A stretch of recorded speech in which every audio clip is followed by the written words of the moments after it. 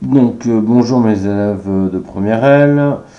Donc c'est votre première vidéo YouTube. Le principe c'est que vous l'écoutez. Vous avez le choix entre deux options. Soit vous recopiez le cours en fur et à mesure en faisant pause à chaque diapo et en recopiant ce qui est écrit. Soit vous faites, si vous êtes à l'aise, directement une fiche synthèse. Si vous partez sur une fiche synthèse, je demande que ça soit fait sous format A4 parce que les petites fiches Bristol sont pas rentable en termes de travail, parce que vous écrivez tout petit dessus, pour un même chapitre vous allez en avoir plein, résultat, votre outil qui est censé vous aider à chercher des informations quand vous en avez besoin, ou en tout cas à en visualiser un maximum et l'apprendre le mieux possible, n'est pas du tout intéressant. Donc voilà, dans la vidéo on va voir tout ce qui concerne les couleurs. Dans un premier temps on reparlera rapidement de comment marche l'œil. Ensuite, on reparlera de ce qu'on a vu aux dernières activités, ça veut dire synthèse additive, synthèse soustractive et couleur d'un objet. Et enfin, on fera quelques définitions sur les pigments et les collants. Donc, chapitre 3, couleur des objets. Alors, comment l'œil perçoit les couleurs? Donc, votre œil est ce qui vous permet de voir et donc de percevoir aussi les couleurs de ce qui nous entoure. Il est tapissé au fond sur la rétine, il y a deux styles de photorécepteurs. Donc photorécepteurs, ça veut dire qu'ils perçoivent de la lumière. Le premier, c'est les bâtonnets. Ils sont sensibles à l'intensité lumineuse, mais pas aux couleurs. Contrairement aux cônes, qui sont sensibles à la couleur. Trois cônes différents pour chaque couleur, rouge, vert et bleu. La perception des couleurs par l'homme utilise donc la trichromie. Alors j'ai toujours du mal à prononcer ce mot. Tri pour 3 et chromie pour couleur. Il y a aussi les écrans plats qui utilisent cette technique. Donc voilà. Chacun des trois cônes a donc une sensibilité. On rappelle que la lumière est composée d'ondes électromagnétiques dont on peut caractériser par une longueur d'onde. L'homme est capable d'en percevoir une infime partie. On est capable de détecter donc les couleurs qui vont du bleu, soit 400 nanomètres en longueur d'onde, à 800 nanomètres pour le rouge. Donc 400 nanomètres finalement du spectre de la lumière est seulement visible par l'homme, seulement captable par l'homme, pardon. Donc c'est vraiment pas grand chose, mais au final ça nous donne déjà pas mal d'informations. Donc vos trois cônes, bleu, vert, rouge, sont une sensibilité, donc la capacité à capter qui est supérieure dans chacun de leurs couleurs. Donc par exemple le cône bleu capte très bien les photons de couleur bleue, la lumière bleue, mais il arrive quand même à capter les lumières allant quasiment jusqu'au jaune. Le cône vert, etc., le cône rouge. En utilisant les trois cônes, vous arrivez à détecter toutes les couleurs du spectre du visible. Donc voilà, alors pour tout ce qui est schéma, trucs comme ça, vous pouvez faire des imprimés écran et les imprimer. Par contre, pour tout ce qui est l'écriture, ça doit être écrit à la main et pas des copier-coller d'écran, quoi. Ensuite, synthèse des couleurs, synthèse additive. Donc le principe c'est on superpose des lumières colorées. La superposition de ces lumières colorées fait que le cerveau en perçoit une nouvelle. Les couleurs primaires en synthèse additive c'est rouge, vert et bleu. Et avec ça on obtient une infinité de couleurs en choisissant le nombre de couleurs primaires qu'on superpose et puis en faisant varier leur intensité relative.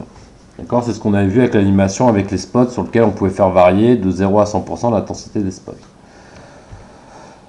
En synthèse additive, deux couleurs sont complémentaires si leur superposition donne la couleur blanche. Donc on peut créer toutes les couleurs. La seule couleur qu'on ne peut pas créer en synthèse additive, c'est le noir. Par définition, quand vous voyez quelque chose de noir, en fait, c'est que vous voyez quelque chose qui n'émet pas de lumière, qui ne renvoie pas de lumière. Donc le noir, par définition, c'est une absence de couleur, entre guillemets. Donc on ne peut pas créer une absence de lumière ou de couleur en additionnant des couleurs. Donc on ne peut pas créer le noir à partir de la synthèse additive. Si vous pouvez faire pause et copier. On a obtenu, pour récapituler les couleurs qu'on obtient à partir des couleurs primaires, on a cette illustration là qu'on a remplie en cours. Donc bleu, vert, rouge, les trois couleurs primaires. À l'intersection de deux couleurs primaires, on a une couleur secondaire comme le cyan, le magenta et le jaune. Et si on utilise les trois couleurs primaires et qu'on les superpose, on obtient du blanc. La couleur bleue, à l'intersection du bleu et du jaune, on voit qu'on obtient du blanc, donc on a le bleu et le jaune qui sont deux couleurs complémentaires. Le vert et le magenta sont aussi deux couleurs complémentaires, et le cyan et le rouge sont complémentaires aussi. Donc, un exemple de synthèse additive, si vous prenez le cas des écrans plats, donc par exemple l'écran de mon PC que je suis en train de filmer, votre écran de smartphone, l'écran de votre télé, les couleurs sont fabriquées de la manière suivante. Votre écran est décomposé et découpé en petits carrés de lumière qu'on appelle un pixel, qui sont très difficilement visibles à l'œil nu tellement ils sont petits. Néanmoins, on peut parfois les détecter quand on voit des points brillants ou noirs sur notre écran en permanence. Ce sont des pixels qui ont grillé ou qui sont défectueux. Chacun de ces pixels est décomposé lui-même en 3 sous-parties qu'on appelle sous-pixels. Chaque sous-pixel émet une lumière colorée. Donc on a du rouge, du vert et du bleu comme sous-pixels. À partir de ces 3 sous-pixels, on est capable de recréer toutes les couleurs. Donc par exemple, la zone rouge de mon écran est générée grâce aux pixels qui n'ont que le sous-pixel rouge d'allumé, alors que leurs sous-pixels vert et bleu sont éteints. Alors que si on regarde la partie magenta, le sous-pixel vert est éteint, le sous-pixel bleu est allumé, le sous-pixel rouge est allumé.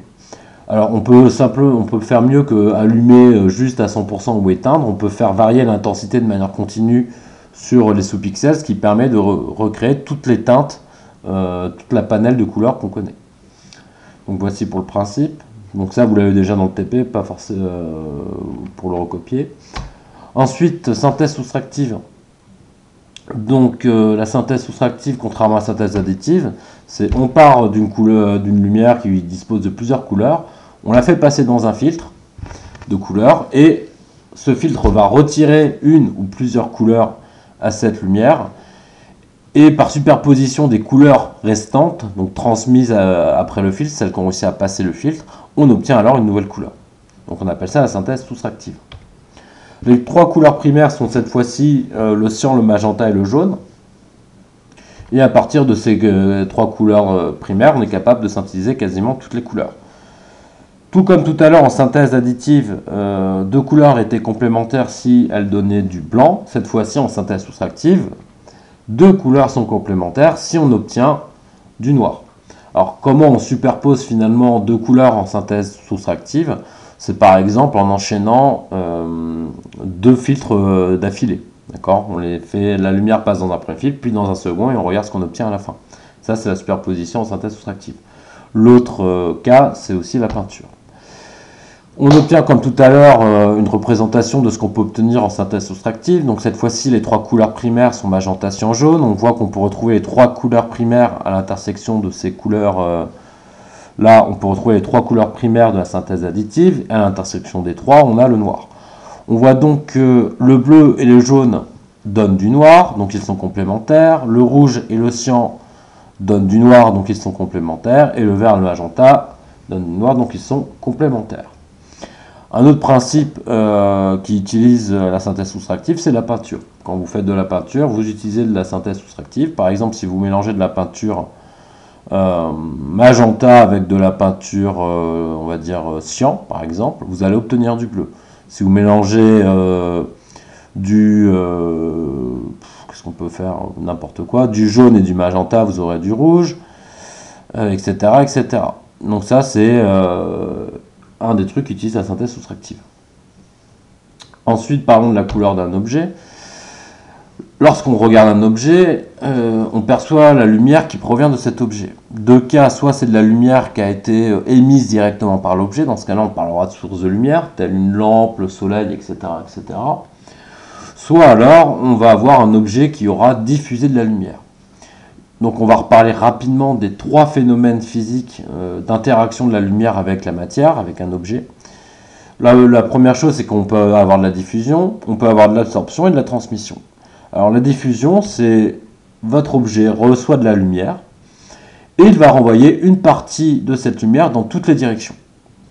Et ça, c'est ce qu'on appelle la diffusion. Et finalement, la diffusion, c'est le phénomène qui permet de voir un objet de couleur. D'accord ? Si je vois un objet de couleur, finalement, c'est parce qu'il y a de la lumière qui a été renvoyée par cet objet, donc de la lumière diffusée par cet objet, et qu'elle arrive dans mon œil. Ensuite, il y a de l'absorption, c'est-à-dire qu'une partie de la lumière qui va arriver sur l'objet va être absorbée, mangée entre guillemets par votre objet. Et finalement, cette lumière va être convertie, cette énergie lumineuse, parce que la lumière possède de l'énergie, ça vous le sentez bien, quand vous allez au soleil, vous sentez que ça vous chauffe, donc il y a bien de l'énergie quelque part. Et de la même manière que le soleil réchauffe votre peau, quand la lumière est absorbée par un objet, cette énergie lumineuse est transformée en énergie thermique, ce qui se traduit par une augmentation de la température de votre objet. Le dernier phénomène, c'est la transmission. Ça veut dire que simplement la lumière va passer à travers l'objet. Alors en fonction de comment elle arrive dessus, elle va soit passer sans être déviée, soit elle va être déviée. Ça typiquement, c'est le principe d'une vitre. D'accord ? Vous pouvez voir à travers une vitre, parce que la vitre transmet la lumière très très bien. Je vous laisse faire poser copier. Alors, ces trois phénomènes en général ont lieu de plus ou moins simultanés, avec en fonction des objets une prépondérance pour l'un ou l'autre. Par exemple, un objet blanc va absorber et transmettre très peu de lumière et en diffuser énormément. Alors qu'un objet noir, inversement, lui va absorber beaucoup de lumière et en diffuser et transmettre très peu. Et un objet transparent, lui, va surtout transmettre la lumière et diffuser, absorber cette lumière de manière insignifiante. Donc ça, c'est les trois cas. Si on prend l'objet blanc et l'objet noir, prenons deux voitures qu'on expose au soleil en plein cagnard. Vous êtes déjà brûlé, je pense, en posant votre main sur une voiture noire. Alors que sur une voiture blanche, finalement, sa température n'est pas si élevée. Donc ça rejoint bien ce qu'on vient de dire. L'objet blanc, lui, diffuse beaucoup de lumière, mais en absorbe très peu. Et l'objet noir en absorbe beaucoup et en diffuse très peu, quasiment pas. Donc l'objet noir, ayant absorbé beaucoup de la lumière provenant du soleil, va donc convertir cette énergie lumineuse en énergie thermique et donc chauffer énormément. Donc voilà. Maintenant, on va parler de la couleur d'un corps. Donc la couleur d'un corps, ni plus ni moins, si je vois un objet, c'est donc qu'il y a de la lumière qui a été diffusée par cet objet qui est arrivée dans mon œil.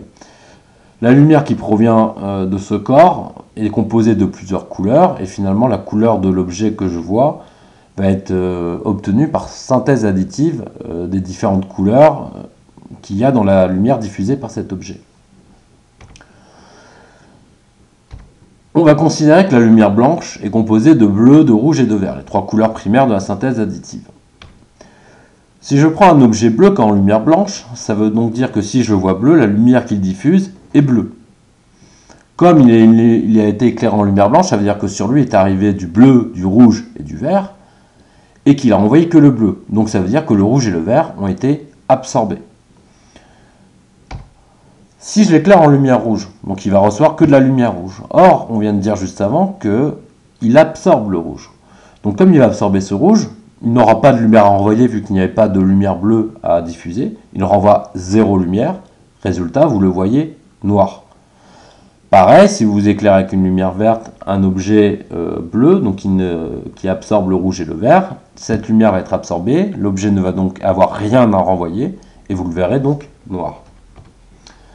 Si je l'éclaire par exemple avec une lumière magenta, qui est donc composée de rouge et de bleu, il va donc absorber le rouge qui est présent dans cette lumière et diffuser le bleu. Donc avec une couleur rose entre guillemets, avec un spot rose, si j'éclaire un objet bleu, je le verrai bleu aussi. Donc voilà pour un premier exemple. Je vais changer de diapo. Un deuxième exemple, c'est que si je prends un objet de couleur magenta, cette fois-ci en lumière blanche, si je le vois magenta, c'est qu'il me renvoie donc du rouge et du bleu, parce qu'en synthèse additive, c'est en additionnant du rouge et du bleu que j'obtiens du magenta, et donc il a absorbé le vert. Si je l'éclaire en lumière verte, du coup toute cette lumière va être absorbée, il n'y a rien qui sera renvoyé, donc je le verrai de nouveau noir. Si je l'éclaire en lumière rouge, le rouge il arrive à le renvoyer, donc je vais le voir rouge. Si je l'éclaire en lumière bleue, je vais le voir bleu. Et puis, si je l'éclaire par exemple en lumière cyan, bleu et vert, le vert sera absorbé et du coup je le verrai bleu. Donc finalement, la couleur d'un objet dépend de la lumière à laquelle on l'éclaire, ça veut dire par quelle couleur compose la lumière que j'envoie dessus. Et puis il va dépendre de ses caractéristiques, de savoir qu'est-ce qu'il absorbe et qu'est-ce qu'il diffuse comme couleur. Alors sans rentrer dans les détails, la couleur perçue aussi dépend de l'observateur, parce que vous avez déjà entendu parler du daltonisme. Ce sont des gens qui souffrent de problèmes au niveau des yeux parce qu'ils ont des cônes défaillants, et du coup ils ne vont pas voir les mêmes couleurs que vous. Bon, ça on ne va pas rentrer dans le détail ici. Donc voilà pour la partie couleur des objets. Ensuite, maintenant, parlons rapidement des pigments et des colorants. Donc, en gros, depuis environ 40 000 ans au moins, en tout cas, c'est ce qu'on est sûr que depuis au moins 40 000 ans, l'homme a utilisé des substances colorantes. Donc typiquement, c'est les peintures rupestres de Lascaux, etc., etc., et d'autres choses qu'on a obtenues par fouilles archéologiques. On distingue dans ces substances colorantes deux catégories. On a les pigments et les colorants. La définition d'un pigment, c'est que c'est une substance colorante, forcément, qui est insoluble, c'est-à-dire qui ne se mélange pas dans le milieu qu'elle colore. Très souvent, on va la retrouver sous la forme d'une poudre très fine, dispersée dans le milieu qu'elle colore. Néanmoins, on a dit qu'elle n'arrivait pas à se mélanger à votre milieu que vous voulez colorer. Alors, par exemple, ça va être un mur, ça va être une toile de peinture, ça va être etc., etc., plein de choses en fonction de ce qu'on va faire. Donc, comme le pigment n'arrive pas à se mélanger à ce truc-là, il faut trouver un moyen pour qu'il arrive à rester dessus et le colorer. Donc, on va utiliser un liant. Et les liants, donc finalement, c'est une substance qui va permettre de faire la liaison, de lier le pigment à votre milieu sur lequel vous voulez colorer. Donc après, il y a plein de types de liants.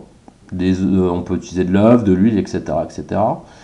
Le choix du liant va dépendre de deux choses, de votre pigment, donc de sa nature physico-chimique, et puis il va dépendre aussi du milieu sur lequel vous souhaitez le mettre. Et donc vous allez choisir votre liant en fonction de votre pigment et du milieu sur lequel vous souhaitez la poser. Donc voici pour les pigments. Les colorants, eux, par définition, c'est inversement, c'est l'inverse, c'est une substance colorante qui est soluble dans le milieu qu'elle colore. Donc là, du coup, c'est beaucoup plus simple à utiliser parce qu'il n'y a pas besoin de trouver un liant pour permettre au colorant de colorer le milieu qu'on souhaite. Donc on l'utilise de manière très simple. Ensuite, si on s'intéresse un petit peu aux origines, les pigments et les colorants peuvent être d'origine végétale, animale ou minérale. Et ils peuvent être soit naturel, soit synthétique. Alors naturel, ça veut dire que la substance colorante, que ce soit un pigment ou colorant, existe dans la nature de manière naturelle, elle existe déjà, et on va la recueillir simplement par extraction de cette substance, de son milieu d'origine. Alors les techniques d'extraction, il y en a plein, ça dépend de ce que vous avez, si vous avez des minerais, des végétaux, des trucs d'origine animale, donc les techniques seront différentes. Vous avez la macération, vous avez la distillation, vous avez plein de techniques, on ne va pas rentrer dans les détails. Donc ça, c'est le côté naturel, ça veut dire que cette substance que je veux, je vais la chercher dans l'environnement, dans la nature, et je m'en sers derrière. Ensuite, il y a les côtés synthétiques. Alors synthétique, ça veut dire quoi? C'est que je prends des substances que je vais faire réagir entre elles pour obtenir mon colorant, mon pigment synthétique. Alors la substance, mon pigment et colorant synthétique, il peut très bien exister d'ailleurs de manière naturelle, comme l'indigo, qui peut être extrait de la garance, mais il peut être aussi fabriqué à partir d'autres substances chimiques. Donc à partir du moment où vous avez fabriqué quelque chose à partir de d'autres produits qui ont réagi entre eux, à partir d'une transformation chimique, vous allez parler de synthèse et donc de produits synthétiques. Mais ces produits synthétiques peuvent exister aussi dans la nature. Et ils peuvent aussi ne pas exister dans la nature. D'accord ? Ce sont deux choses différentes. Donc voilà, l'intérêt de faire du synthétique, c'est quoi? Même si on peut le trouver dans la nature, c'est que en général, c'est beaucoup plus simple et beaucoup plus économique pour fabriquer des grandes quantités de faire de la synthèse plutôt que d'aller ramasser des tonnes et des tonnes de plantes pour en extraire la substance colorante ou autre si on travaille dans le domaine pharmaceutique. Donc voilà pour la vidéo, donc je vous laisse copier le cours. Les fiches synthèse, je les vérifierai aussi. Si je les trouve pas assez détaillées, je vous les ferai compléter. S'il y a des questions là-dessus qui n'ont pas été claires, vous les notez au brouillon en même temps que vous regardez la vidéo, et puis comme ça on en reparle à la rentrée. Et puis je vous souhaite à tous de bonnes fêtes, joyeux Noël et bonne année. À bientôt.